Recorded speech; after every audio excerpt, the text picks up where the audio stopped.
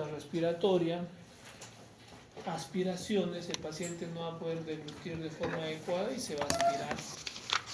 Toda la saliva que tiene que deglutir se va hacia la parte respiratoria. Entonces es muy importante tomar en cuenta eso. Ahora siguiente. ¿Y cuáles son los puntos de reparo anatómico, los puntos que tenemos que tomar en cuenta? Los cuerpos extraños se pueden estancar en algunas zonas estrechas, con el músculo cricofaringio, que está más o menos entre 15 y 17 centímetros de la arcada dental superior, que es en la parte superior. El arco aórtico, que va a obstruir también el paso de forma adecuada a nivel del esófago. El bronquio izquierdo, que también puede condicionar cierta alteración en el paso de la deglución.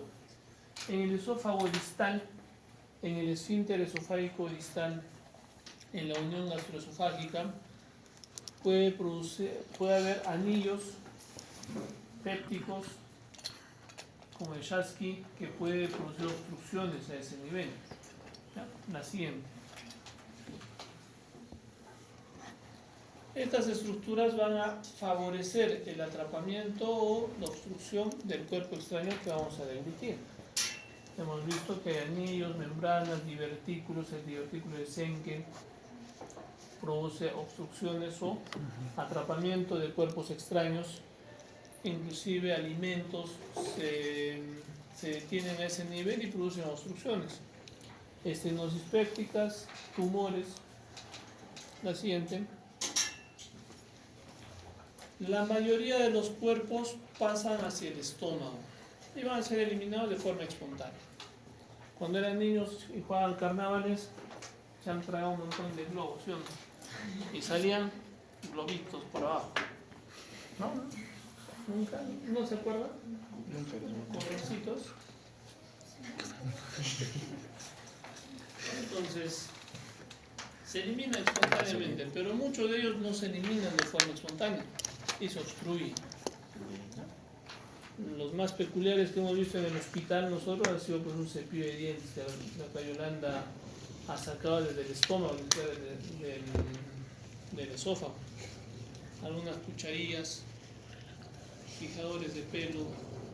Y en el hospital del niño nosotros hemos visto desde juguetitos hasta aretes de los papás. Hubo una paciente que vino de Pisco al hospital del niño y emergencia le entramos, ¿no? Para sacar el cuerpo extraño.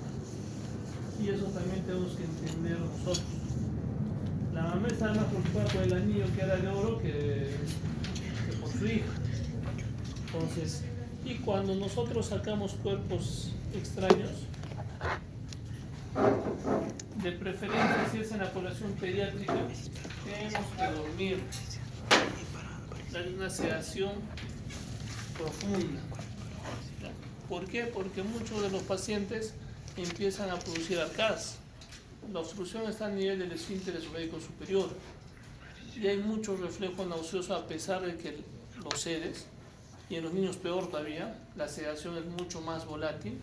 No solamente utilizamos, normalmente el midazolam, en los adultos utilizamos de 3 a 5 miligramos endovenoso en polvo, y el paciente adulto se plancha, ¿no? En los niños llegamos a utilizar hasta 15 miligramos endovenoso y no se plancha, no se duermen, siguen despertando y siguen luchando.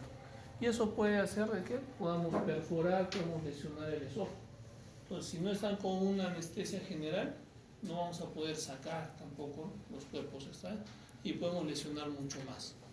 ¿Ya? Entonces, hay varios objetos que son muy frecuentes, entre ellos las monedas.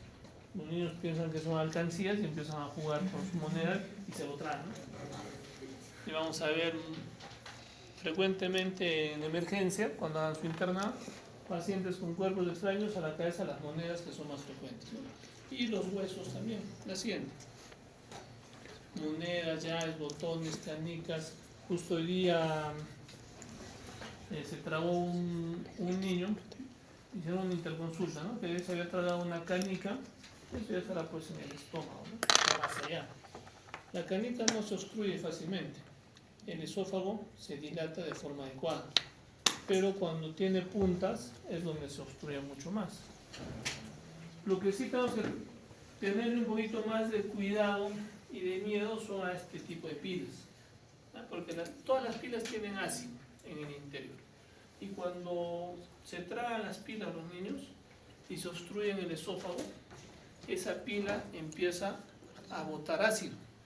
Y lo que lesiona más la mucosa no es la pila, sino es el ácido que empieza a botar. Y puede perforar.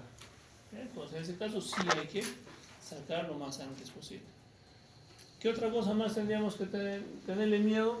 A las agujas, los alfileres, no tanto. Pero tienen puntas, sí, pero en la mucosa del tubo digestivo, o el mucus que se produce en el tubo digestivo, empieza a tapizar las puntas de los clavos, de los alfileres, y no se obstruye fácilmente, se aleja la mucosa de la punta. Está sintiendo que está ahí pinchando, y se aleja y no le produce nada. ¿Ya? Entonces no hay mucho problema. A veces nos preocupamos más. Se ha tragado un clavo y estamos preocupados por el clavo, pero el clavo está pasando solito, sin ningún problema. Y no hay por qué preocuparse en ese sentido. Las pilas sí. La siguiente. Normalmente los niños, ¿qué es lo que hacen cuando son más chiquitos? Empiezan a meterse todo en la boca, ¿no? Entonces, monedas, juguetitos, una estrella también hemos sacado en el hospital del niño, un paciente pediátrico, una estrellita chiquita de Navidad, un arbolito pequeñito que tenía en su casa, agarra y se lo traga. Entonces, los legos también, ¿verdad?, que empiezan a meterse. Muchos de ustedes van a ser pediatras, entonces a los pacientes y a los papás hay que explicarles, ¿no?, de que a un paciente pediátrico no podemos dejarlo solo. Y peor, sin observación. Tenemos que estar observándole frecuentemente con qué está jugando. Y lo otro es de que los juguetes hay que contarle, ¿no? Y no hay que ponerle juguetes más chiquitos que puedan meterse a la boca. Hay cubos grandes que lo van a chupar todo, pero no se van a atorar con eso. Pero si ustedes le dan un Lego chiquito, se va a meter a la boca, no se va a jugar y se lo va a tragar. Entonces hay que tener cuidado y hay que explicarle al paciente, al familiar, a la mamá, al papá, cómo podemos cuidar a nuestros hijos de algunos cuerpos extraños que pueden ser letales en algún caso. Bueno, ahora no hay mucha pila al reloj, ¿no?, pero igual hay que tomar en cuenta. Entonces, algunos pacientes con enfermedades psicológicas, psiquiátricas también se meten cosas a la boquita y se pueden atorar, se pueden atragantar, ¿no? Lo siguiente. En los adultos son muy frecuentes los clavos, las tachuelas, especialmente en personas que trabajan con estos objetos, los carpinteros, los zapateros. ¿Han visto un zapatero alguna vez? ¿Ves? Ya no todos piden por tienda virtual, así, zapatillas. Si he hecho hueco, ya hay que botar. Pero los zapateros que hacen, todas las tachuelas se ponen en la boca, ¿no? Sacan otro, les hacen asustar y se pasan todos. Y eso ha pasado. Se pasan las tachuelas, se pasan los clavos, los carpinteros, igual. Entonces, que son frecuentes. Hemos visto prótesis dentarias también. Y de hecho un paciente tenía una prótesis, lo estaban intubando, se le salió la prótesis y se metió hacia la parte del esófago, ¿no? Inclusive a nivel de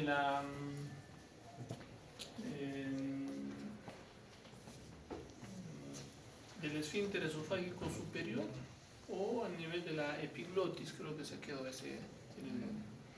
el diente, que inicialmente no se dieron cuenta, porque hicieron una tomografía y no aparecía ningún cuerpo extraño, pero a los días empezó a hacer un absceso a nivel cervical, diabético, por su mala suerte. Bueno, falleció el paciente por una sepsis a nivel cervical, pero no se pudo sacar ese su diente que se había enclavado en la parte del epiglotis, creo que era. Y ahí el otorrino trataba de sacar y no lo podía sacar, ¿no? Estaba en UCI, intubado el paciente. vidrios, brochetas, los mondadientes también se pasan. La siguiente. Muchos de los pacientes ya también ingieren de forma intencional algunos cuerpos extraños, especialmente pacientes con trastornos psicológicos, pacientes que tienen alterado el estado de conciencia, o los burrias, ¿no? Que empiezan a tragarse las bolsitas de droga y que muchos de ellos se quedan a nivel esofágico cuando tienen membranas esofágicas. La siguiente. Una vez hemos tenido un paciente, un abuelito, que estaba comiendo higo seco, ¿no? El higo deshidratado, y no tenía muchos dientes el abuelito y se pasó el higo. Así sequito. Más de la mitad del higo, se pasa, ¿no? Y empieza a tener un cuadro obstructivo acá en el retroesternal. ¿Y qué es lo que pasa con el higo? Cuando se hidrata, se expande y empezó a producir obstrucción acá. Cuando entramos no sabíamos qué es lo que era, porque parecía un objeto medio café, marrón.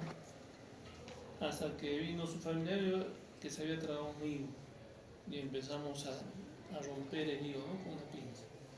Entonces también hay que ver eso. Porque tomamos una radiografía y no había nada. No había algo que se note en la radiografía. Normalmente los cuerpos extraños, la moneda, los huesos se notan, ¿no?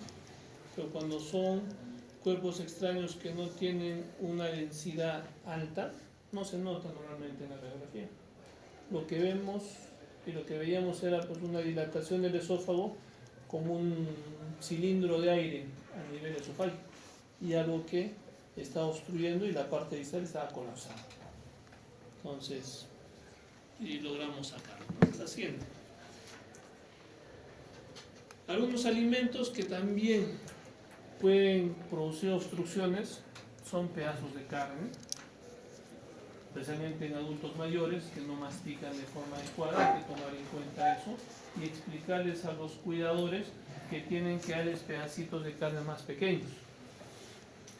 Entonces, huesos de las carnes, el que es mucho más peligroso es el hueso de pollo, porque cuando se rompe tiene un filo y tiene astillas y se enclava más.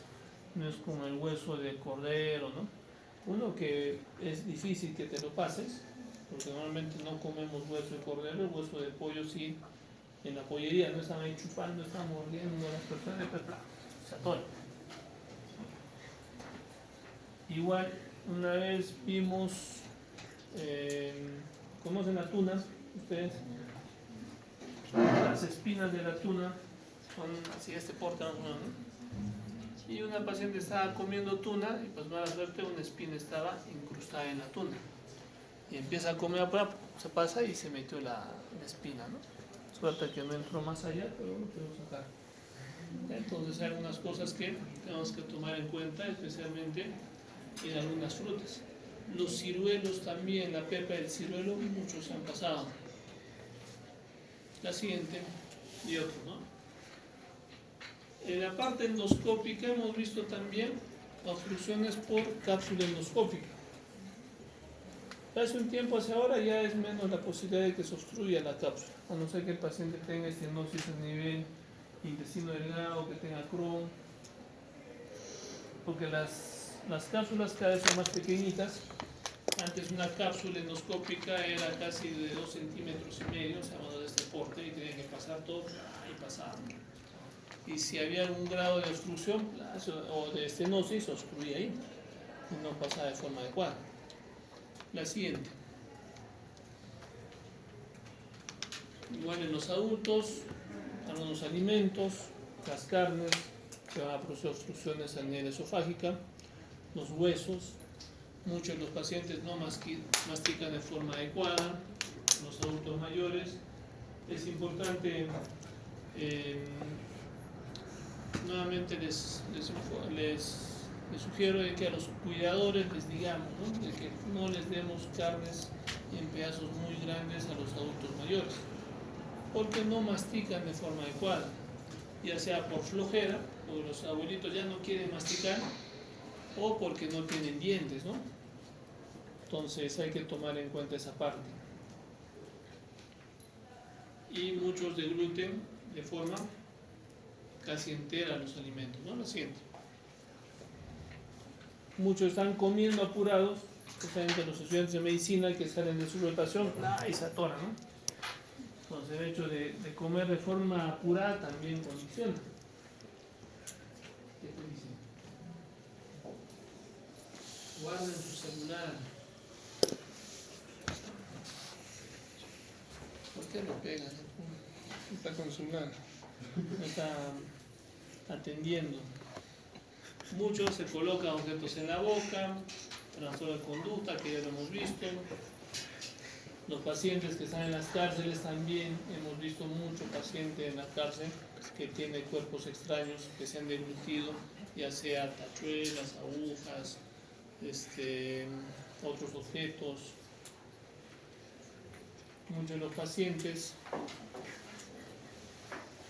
que no se les retira de forma adecuada las prótesis, se desprenden de forma espontánea, pero cuando tienen cuando se les seda o cuando se les pone anestesia. Y lo de los frutos, ¿no? Que hemos hablado, la siguiente, huesos y frutos. Muchos de los pacientes pediátricos no indican al papá o a la mamá de que se han tragado algo. Bueno, porque inclusive a partir de los 2, 3 años ni se comunican o no hablan muy bien, ¿no? Entonces, ¿qué es lo que nosotros tenemos que evaluar? El paciente viene porque tiene una sensación de ahogo, de que le falta el aire, no puede respirar, está queriendo vomitar, o el paciente está metiéndose el dedo hacia la boquita para tratar de coger el objeto que se ha tragado y que le está incomodando. O pueden tener cialorrea también, dolor en algunos casos, estridor cuando se está yendo el objeto hacia la parte respiratoria, con sensación de falta de aire, ¿no? Incluso muchos de los pacientes o muchos de los papás no sospechan que pueda haber un cuerpo extraño, porque siguen lactando, pasan líquidos, no comen todavía alimentos muy sólidos y no hay mucho problema.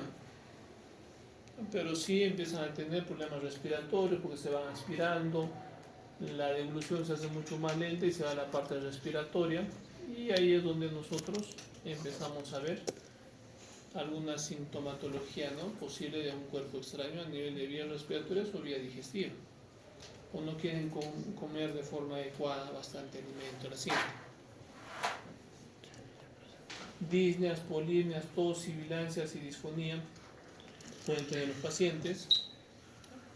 Estos nos sugieren de que no solamente ha pasado, está obstruyendo la parte bronquial desde la parte esofágica, sino que tal vez se vea hacia la parte respiratoria del cuerpo extraño, que está condicionando problemas respiratorios, ¿no? De hecho, hemos tenido un paciente que vino de Paucartambo, chiquillo, 4 añitos, que se fue primero al hospital regional, y había emergencias, pero en el hospital regional no le pudieron atender de forma adecuada, porque creo que hubo un accidente o algo así, y de ahí se fue al hospital Lorena. ¿Y qué es lo que ha pasado? Que se había metido un globo hacia la parte de la vía respiratoria, ¿no? Normalmente empezamos a jugar con el globito, ¿no? Y los niños empiezan a soplar y se empiezan a tragar y mover el globito. Y una vez y se pasó hacia la parte de las vías respiratorias.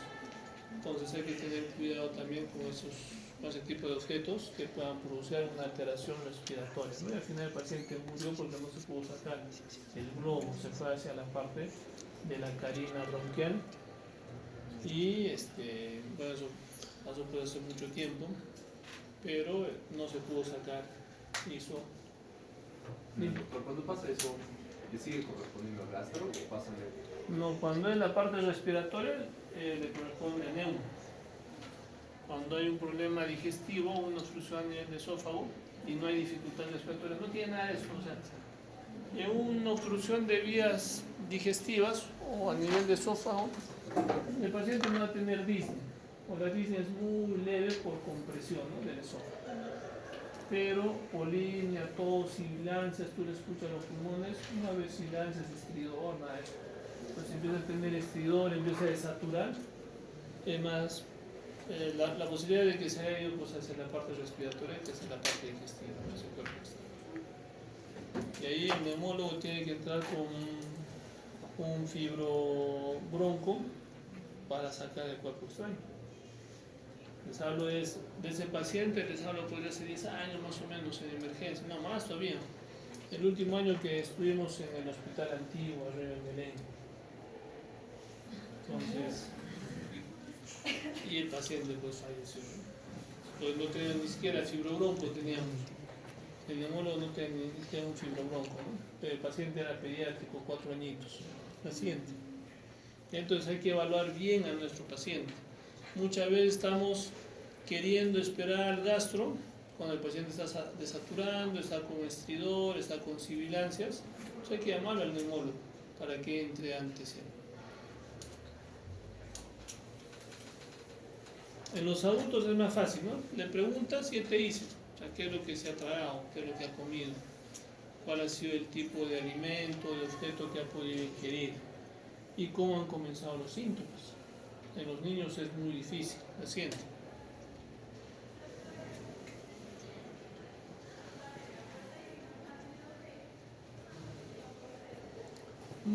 Cuando el paciente ingiere huesos, por la característica del hueso que tiene espinas, que tiene esquirlas, produce dolor, incomodidad y molestias al momento de deglutir inclusive la saliva. Entonces es mucho más fácil diferenciar que cuando un objeto no tiene muchas puntas, ¿no? Muchas espinas, etc. Como las monedas. Las monedas no producen mucho problema, solamente sensación de ahogo y cialorrea, ¿no? En los pacientes pediátricos. Pero un hueso de pescado, un hueso de pollo, sí produce incomodidad, dolor, molestia, especialmente al deglutir, ¿no? Entonces hay que tomar en cuenta esa parte. La siguiente. A lo que me olvidé era de que si un objeto no se saca en 72 horas, la posibilidad de que empiece a producir úlceras en las zonas de impactación son mayores y puede inclusive producir no solamente úlceras sino perforaciones. Entonces, no hay que esperar mucho tiempo. Antiguamente el cirujano, no había cirujano pediatra, el cirujano que hacía cuando había un cuerpo extraño, le metía la sonda Nelaton o la sonda Foley. ¿Conocen, no? La sonda Foley, que se pone la sonda urinaria, se insufla el globito de la punta y tiraba, ¿no? Para que salga la moneda. Pero muchos de ellos salían desgarrados en la parte del esófago superior, porque agarraban y jalaban con fuerza, ¿no? Entonces eso ya no se hace. Se tiene que entrar por gastro o por otorrino si está en la parte superior, ¿no? Para que se pueda sacar el cuerpo extraño. Muchos de los pacientes presentan dolor, pueden producir arcadas, vómitos, sensación de ahogo, que hablábamos, la siguiente, problemas para deglutir. Entonces, igual salivas tenías con sangre, cuando ya empieza a haber lesiones, distrés respiratorio, estridor, cuando está comprometido también la vía respiratoria, la siguiente. ¿Qué es importante? De que nosotros evaluemos de forma adecuada. ¿Ya? Es importante evaluar al paciente, examinar al paciente, no ser interconsultólogos, lo que siempre nosotros comentamos. Muchas veces al paciente lo estamos viendo entrar, está con dificultad respiratoria o me dijeron, o la mamá dice, se ha tragado algo y eso ha sido interconsulta gastro, sin haber evaluado al paciente, o interconsulta neuro, sin haber evaluado al paciente. Primero hay que chequear, hay que saturarlo, hay que tomar las funciones vitales, hay que ver cómo está, qué realmente ha podido suceder, hay que ver y hay que tomar una radiografía de tórax o cérvico-torácica para ver dónde está ubicada el cuerpo extraño, qué tipo de cuerpo extraño podría ser. Muchos de los pacientes o de los familiares no saben qué cuerpo extraño se ha tragado el niño, solamente sienten esa sensación de ahogo, que dicen se ha comido algo, ¿no? Entonces hay que observar bien, hay que examinar mejor al paciente. Y los exámenes auxiliares nos ayudan bastante bien. Hay que evaluar la parte abdominal, hay que ver si hay algún grado de perforación, signos de irritación peritoneal, etc., ¿no? La siguiente. A nivel cervical hay que evaluar la parte de los crépicos o del enfisema subcutáneo. ¿Han visto, han tocado alguna vez enfisema subcutáneo? Es como globitos, ¿no? ¿Han visto esos? Hay unos globitos que envuelven la porcelana, un montón de globitos que cuando apretamos sentimos que estamos reventándolos igual. Cuando vemos y tocamos el enfisema subcutáneo es como si estuviéramos reventando globitos. Pues hay que evaluar esa parte, ¿no? Hay que evaluar que no haya lesiones, perforaciones de forma indirecta.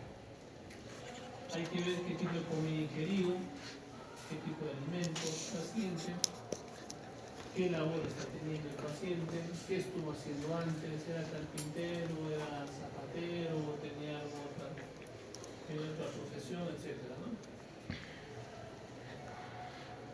Una radiografía es importante para ver objetos especialmente metálicos, huesos o algunas alteraciones a nivel del esófago. Se ven los cilindros de aire cuando hay una obstrucción a nivel del esófago y de forma indirecta podemos ver o podemos deducir de que hay un cuerpo que está obstruyéndose ahí, especialmente cuando es carne o cuando es algo menos denso, ¿no? Las espinas de pescado normalmente no se ven, pero el paciente siente esa sensación de que hay algo que se está pinchando ahí, así como los huesos pequeños son unos radiopacos y no se van a diferenciar de forma adecuada con el hueso de la columna. Pero hay que ingresar y hay que ver de qué se trata, ¿no? Muchos de los pacientes presentan laceraciones simplemente y sensación de cuerpo extraño, buscamos por todo lado y no encontramos nada.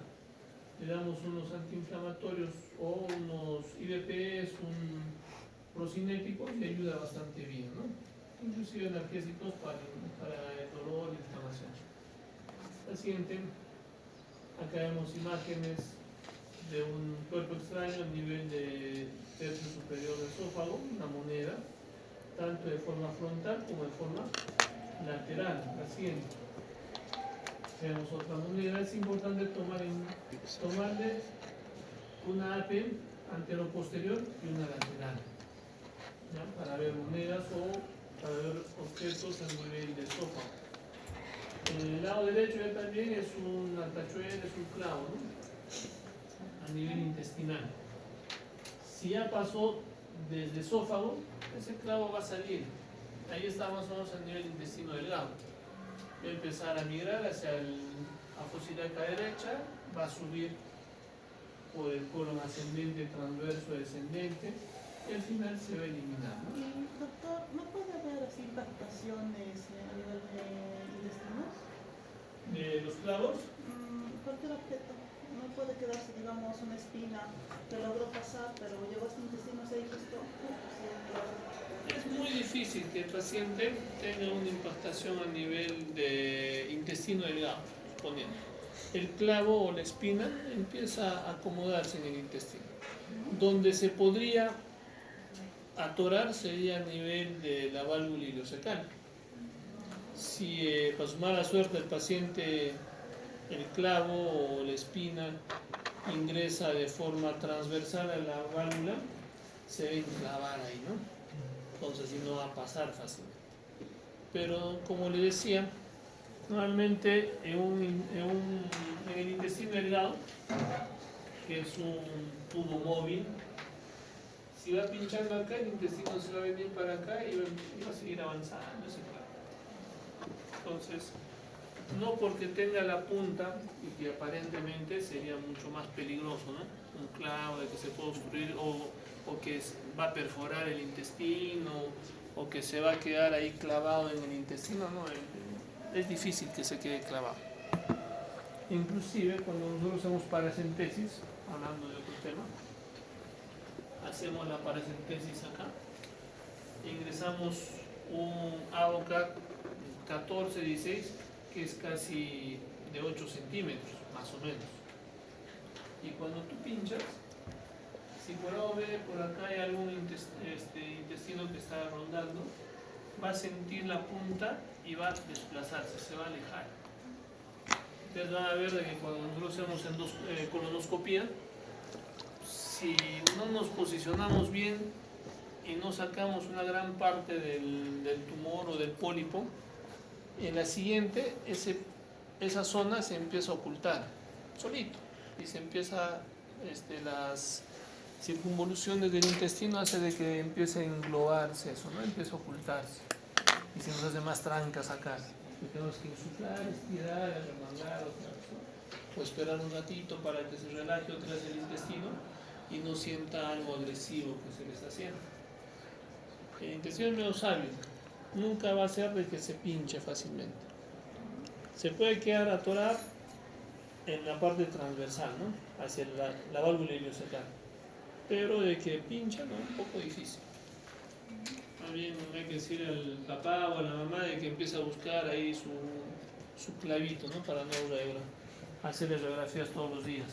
Pues normalmente sale en 3-4 días ese clavo. No, paciente. Ayer es un paciente.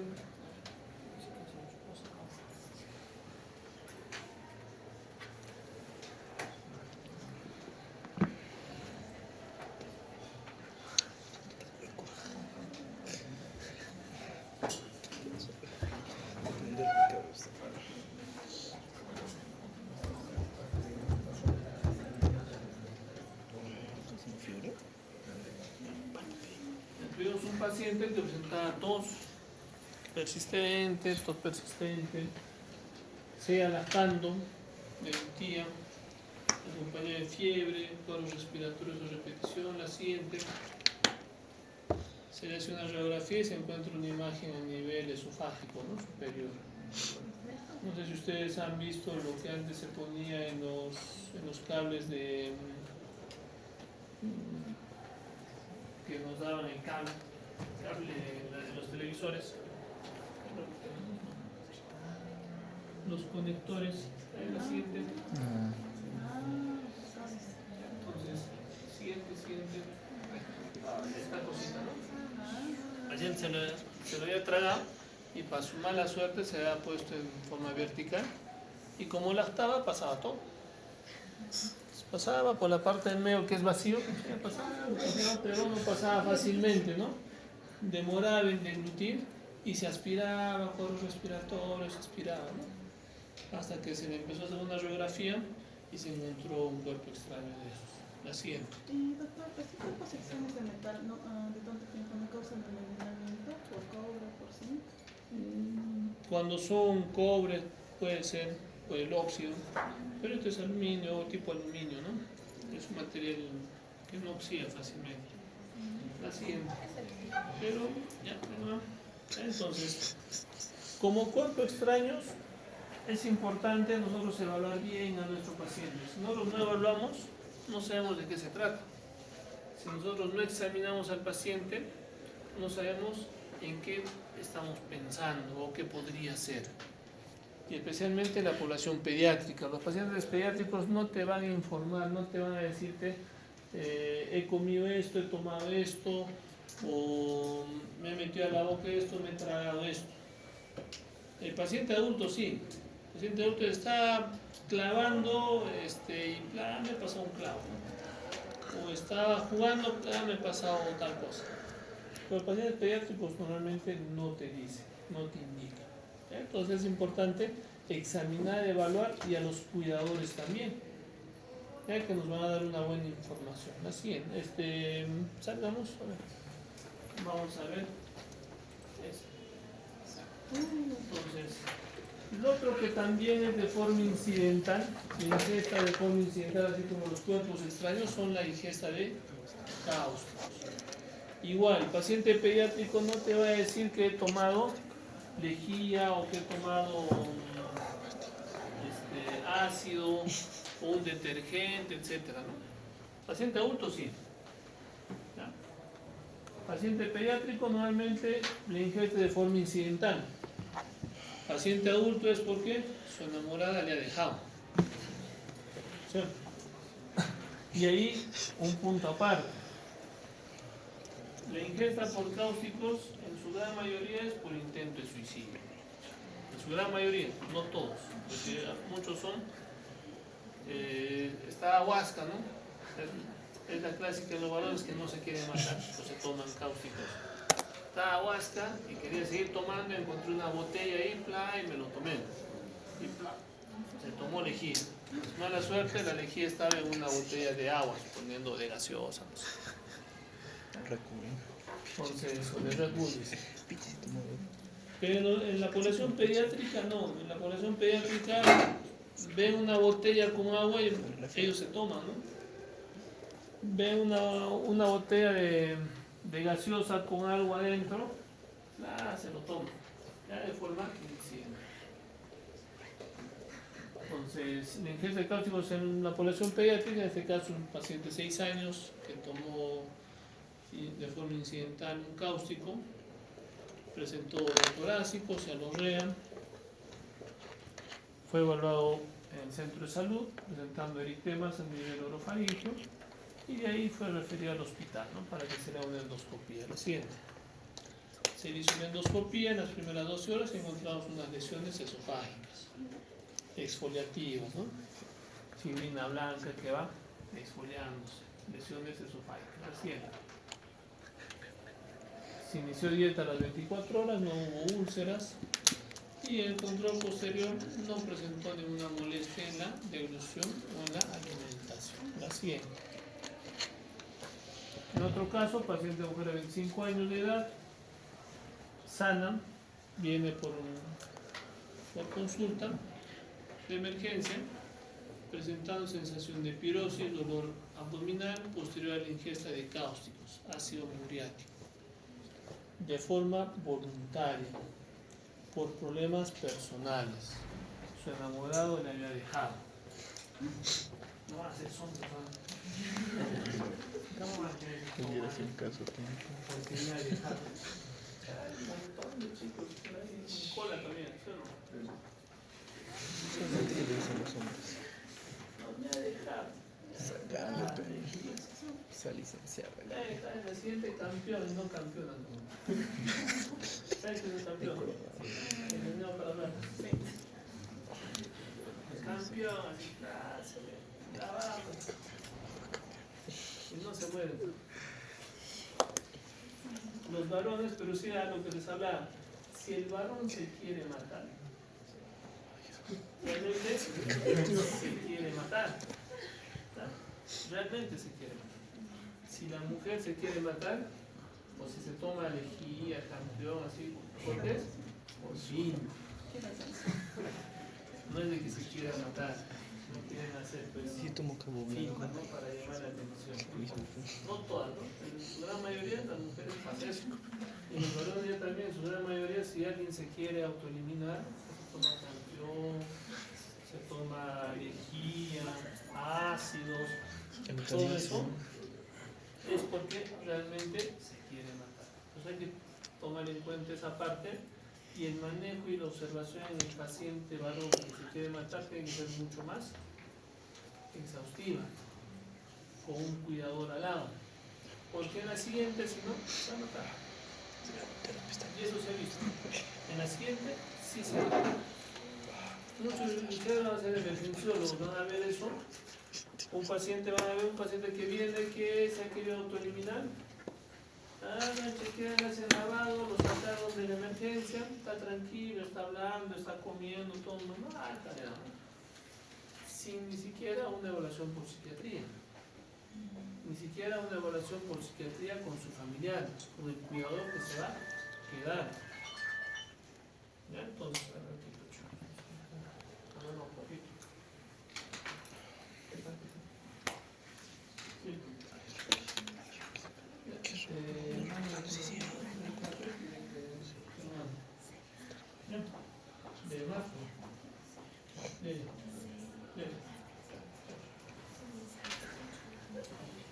Entonces es importante eso.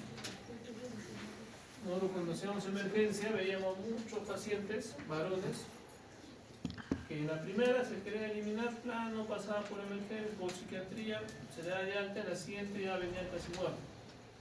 Y lo sacábamos, ¿no? Y en la siguiente ya venía ya muerto, ¿no?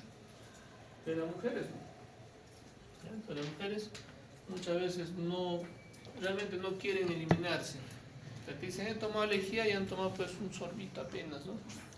El varón ha tomado lejía, se ha tomado 1 litro, para asegurarse.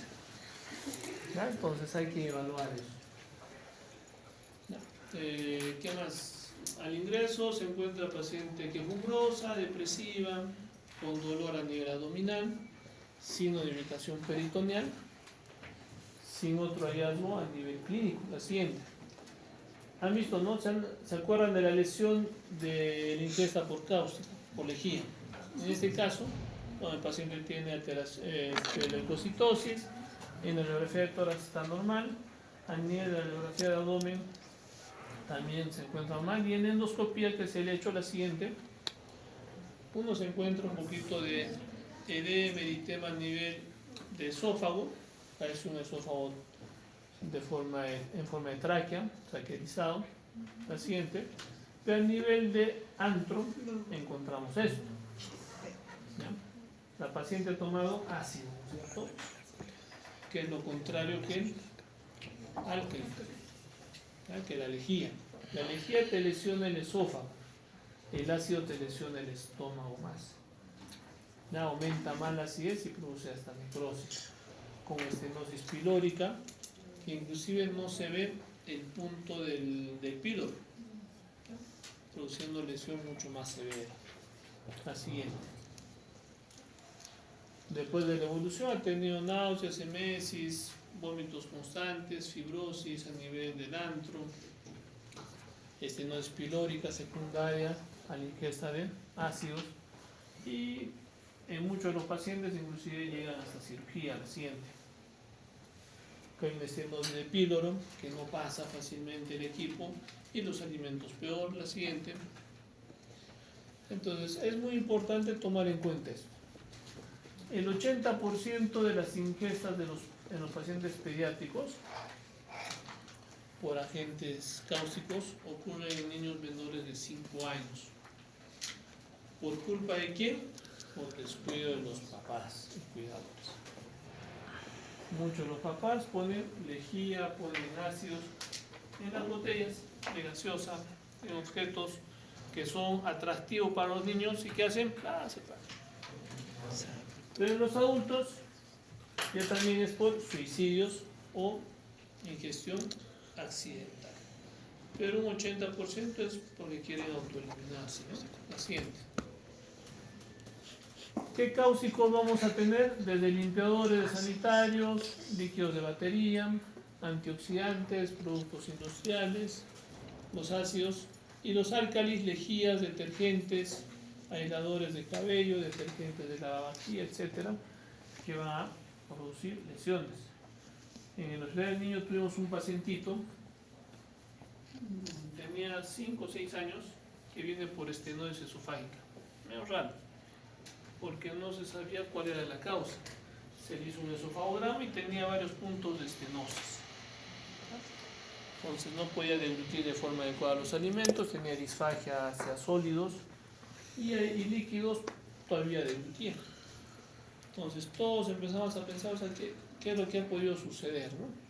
No tenía aparentemente alteraciones genéticas de alguna malformación congénita, algo por el estilo, pero haciendo un poquito más de ampliación de la anamnesis, la mamá era lavandera en un hogar, en una casa, algo así, y el niño jugaba con el detergente y tenía ingesta de detergente de forma permanente, ¿no? Después la mamá nos dijo, sí, jugaba y se tomaba el detergente y todo eso, y empezó a hacer pues estenosis esofágica de forma persistente. ¿Ya? Entonces hay que siempre ampliar un poquito más la anamnesis, preguntarle un poquito más al familiar, al cuidador, qué es lo que ha podido suceder. La siguiente. El ácido produce coagulación proteica a nivel de la mucosa, pérdida de agua, deshidratación, un escala de la mucosa, pero tiene menor poder de penetración, no perfora fácilmente el ácido. Pero el álcali es diferente, liquefacción tisular, saponificación de las grasas, trombosis capilar, desnaturalización proteica y retención de agua. ¿Y eso qué va a producir? Quemaduras térmicas por hidratación. Con un gran poder de penetración, lesiona, perfora más el álcali. El álcali te va a producir lesiones mucho más severas. El ácido te va a lesionar y te va a producir fibrosis en toda la mucosa, produciendo estenosis, especialmente a nivel pilórico. Pero el álcali te produce lesiones de toda la pared esofágica, produciendo hasta perforación. ¿Ya? Entonces, saquémonos de la cabeza de que todo lo que el paciente ingiere hay que ser el lavado gástrico. No, no es así. ¿Ya? Pero muchas veces cometemos ese error.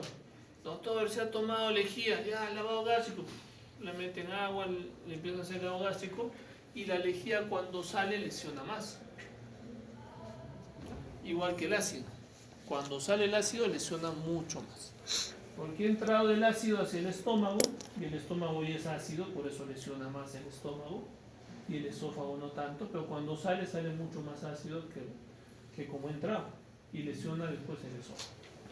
Si le hacemos vomitar. Entonces no es de que le voy a hacer vomitar para que salga todo ese ácido que ha tomado. Vamos a lesionar mucho más. Inclusive hace neumonitis química por ácido.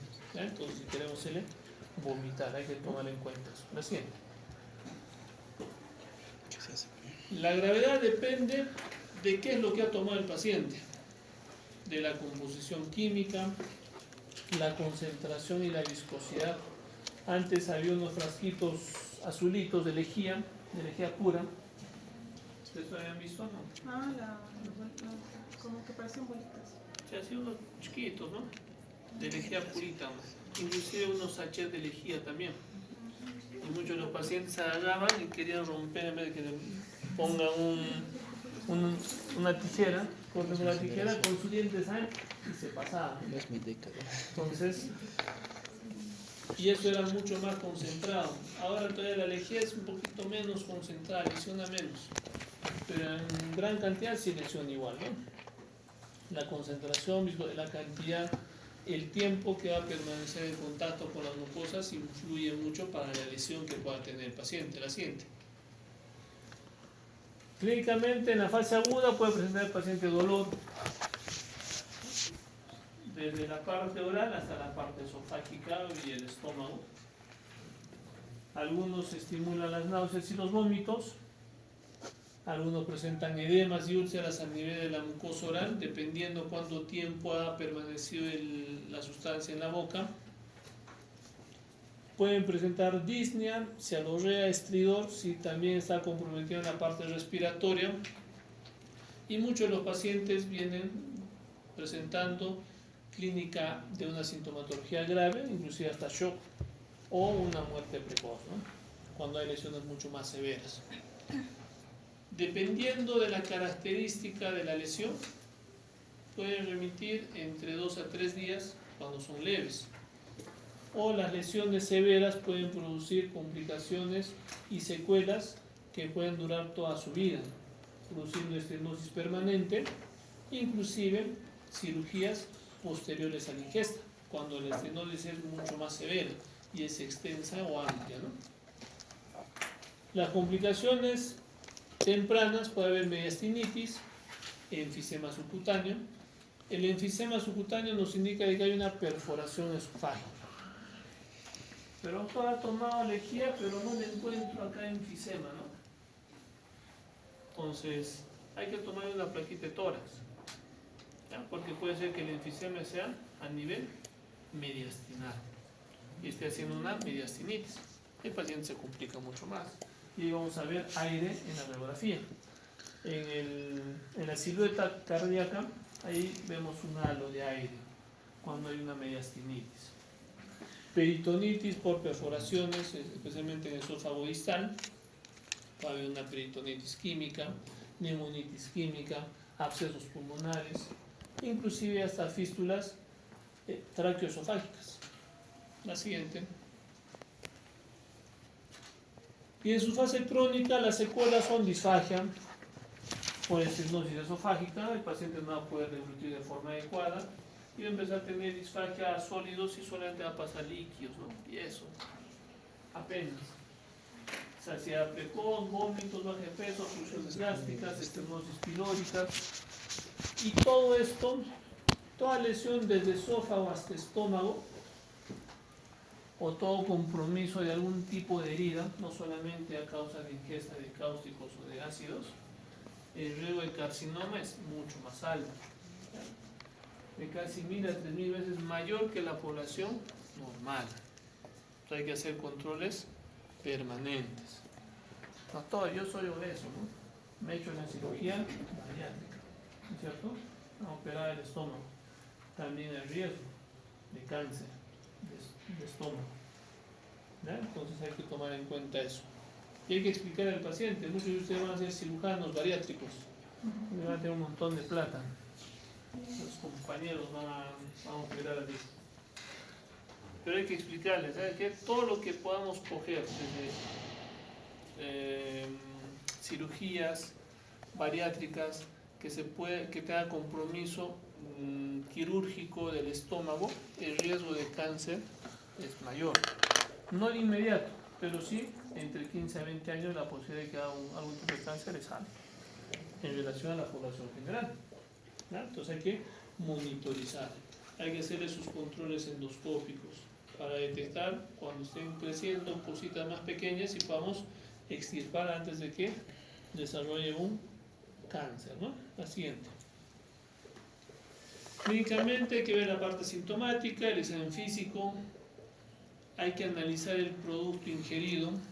Ahora la ventaja de que tenemos pues es nuestro celular, ¿no? Antes teníamos que esperar que nos traigan el producto para ver de qué se trataba. Ir a buscar los libros y buscar de qué se trata, ¿no? O sea, cuál era la composición del producto. Ahora podemos encontrar de mejor manera, inclusive con sus antídotos cuando son algún tipo de ingesta de diferente característica que debe ser un cáustico, ¿no? La radiografía de tórax es importante, una radiografía cérvico-torácica, inclusive abdominal, se ha tomado ácidos para ver perforaciones, enfisemas. La tomografía nos ayuda a ver perforación, la endoscopía no. Ojo, muchas veces los sociólogos, los emergenciólogos, inclusive los cirujanos cardiovasculares, ven enfisema en la radiografía y te dicen, dale la endoscopía para ver dónde está el punto de la perforación. Por endoscopía no se ve la perforación. Podemos lesionar más. Pero cuando nosotros entramos por endoscopía, insuflamos el esófago y si la lesión está desgarrándose, cuando insuflamos, lo desgarramos más y crece más. Entonces, no es tan indicado la endoscopía después de la ingesta de cáusticos y perforaciones. Lesionamos más, producimos mediastinitis, producimos mayor enfisema. Entonces no está indicado. La tomografía sí nos ayuda a detectar dónde está el punto de perforación, ya sea para que pongamos nosotros como por endoscopía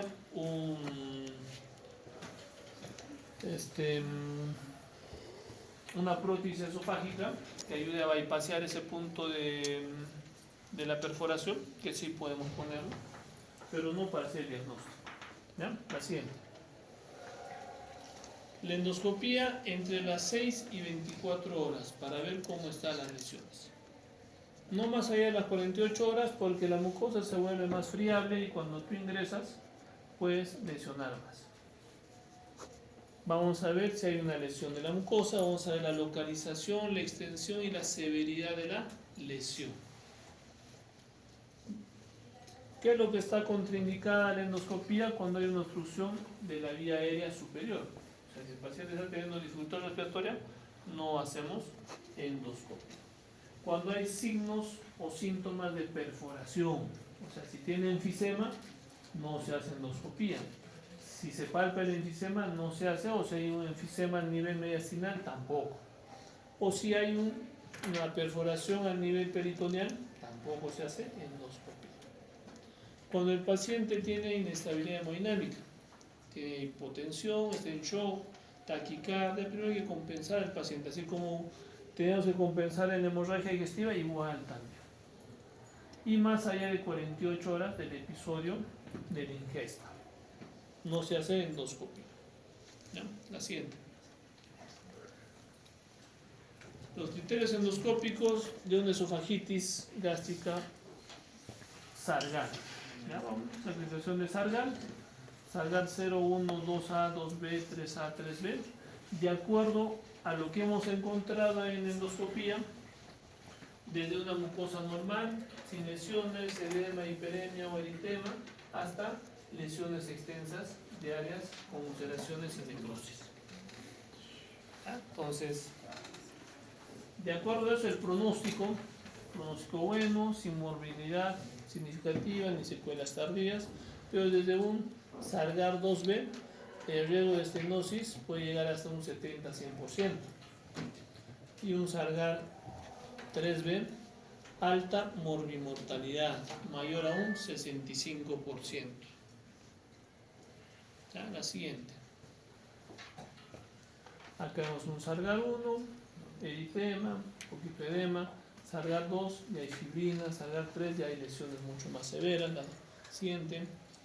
Acá vemos Sargal 3A, 3B, donde las lesiones y necrosis son mucho mayores.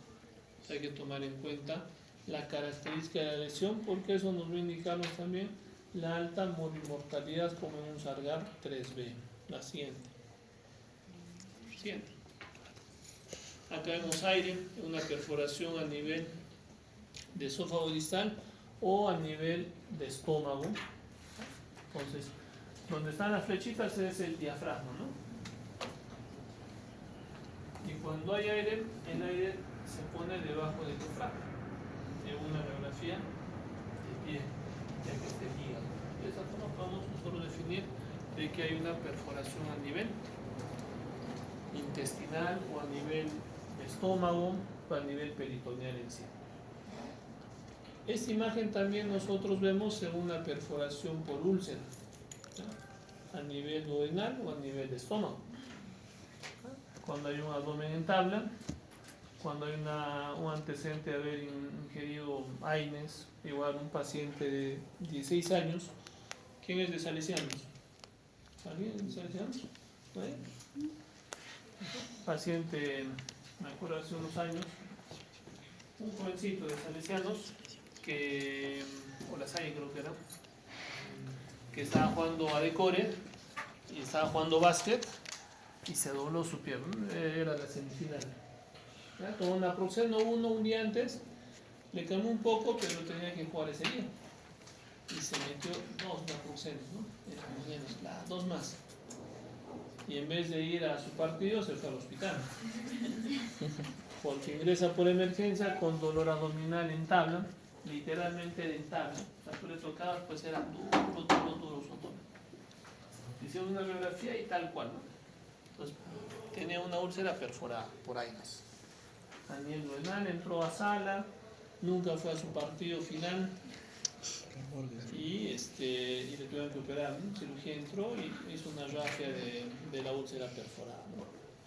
Entonces también vemos en perforaciones peritoneales de imagen de aire subdiafragmático, ¿no? La siguiente. Acá vemos enfisema a los costados del mediastino y empieza no solamente acá, sino también acá. Estas imágenes medias negras que hay acá son enfisemas de aire a nivel mediastinal. La siguiente. Tenemos una estenosis esofágica a nivel de tercio distal. La siguiente. Igual acá. Esas imágenes tipo burbujeo son lesiones tipo ulcerativas a nivel esofágica. La siguiente. Tenemos una estenosis mucho más amplia en el esófago. La siguiente.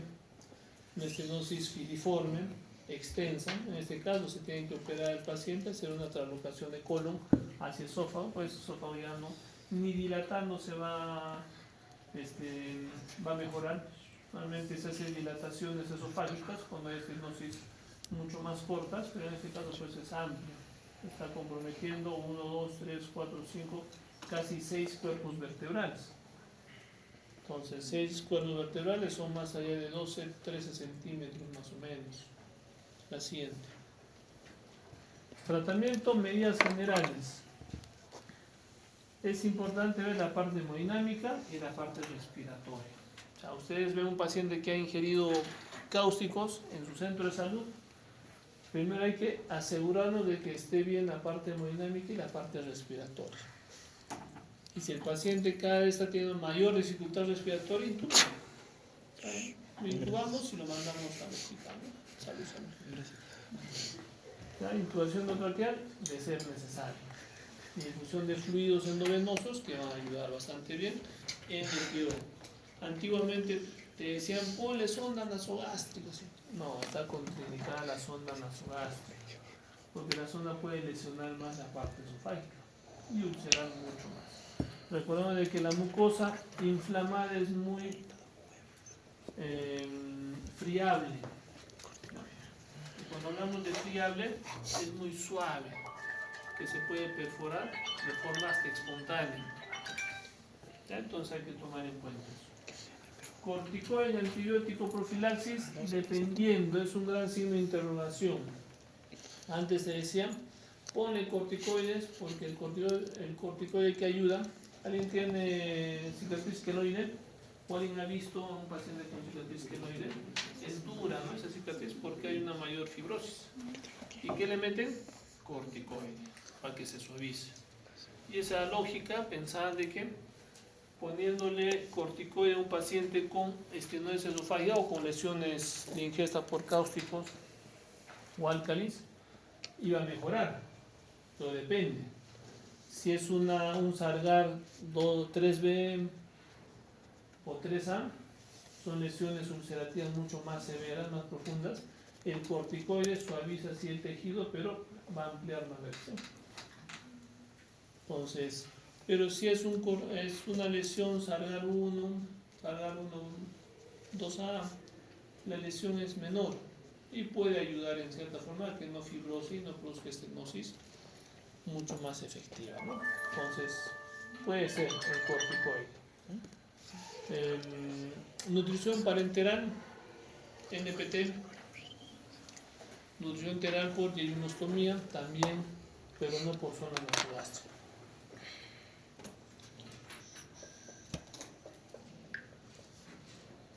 Está contraindicado el lavado gástrico, inducir al vómito, carbón activado o purgantes. ¿Ya? Nada de eso, esperar y ver cómo va la evolución. Y hacer endoscopía previa antes de las 48 horas. ¿Ya? La siguiente. Las dilataciones pueden hacerse después de la tercera semana, en los pacientes que tienen secuelas. ¿Con qué hacemos? Con bujías de Savary. Vamos a ver ahorita cuáles son las bujías, los balones, el método de Tucker y de forma periódica, de ser el caso, cada 2 semanas, máximo cada 4 semanas. Si hacemos más allá de 4 semanas, todo lo que es dilatado se fibrosa y otra vez estenosa. Corticoides locales también podemos utilizar inyectables hacia la lesión que estamos dilatando. La siguiente. Esas son las bujías de Savary, que son una especie de unos palitos de tipo de caucho que empezamos a meter para dilatar, y los balones, ¿no? La siguiente. Si no hay una mejoría adecuada, cirugía. Si hay una hematemesis severa, cirugía. Si hay perforación, cirugía. Si hay necrosis cáustica extensa, cirugía. ¿Ya? Entonces, la cirugía de reconstrucción es una esofagoplastía o inclusive una translocación del colon hacia esófago cuando la lesión es mucho más extensa. La siguiente. Ingresa un paciente por emergencia con ingesta de cáusticos, hay que ver si hay perforación o no, una radiografía de tórax que es importante, y si encontramos enfisema ya sea mediastinal o ya sea subcutáneo, una tomografía con contraste hidrosoluble. Si encontramos perforación, se va a cirugía. Si no se encuentra perforación, hay que caracterizar el Sargat. Clasificación de Sargat, Sargat 0, 1, 2A, 2B, 3A, 3B, dependiendo frente a qué paciente estamos. Si es Sargat 0, se puede irse a casa siempre con manejo psiquiátrico e indagar un poquito más. Si es paciente pediátrico, un poco claro que sea de forma intencional, ¿no? Entonces, persona mayor, sí, manejo por psiquiatría también. Sargat 1 a 2A, el tratamiento sintomático, si se ha aspirado, si tiene algún cuadro de inflamación, hay que esperar. Y después de eso le empezamos dieta bioral, ¿no? Si es un Sargat 2B, 3A, nutrición enteral, y si es un Sargat 3B, se va a cirugía. Si hay una inestabilidad hemodinámica en el paciente, la ingesta con lesiones mucho más severas, hay que valorar el ingreso a una unidad de cuidados intensivos o mínimo temprano, ya para compensar al paciente, ver la parte respiratoria, la parte hemodinámica y después manejar de acuerdo al Sargat que se encuentre. La siguiente. Creo que no, ¿no?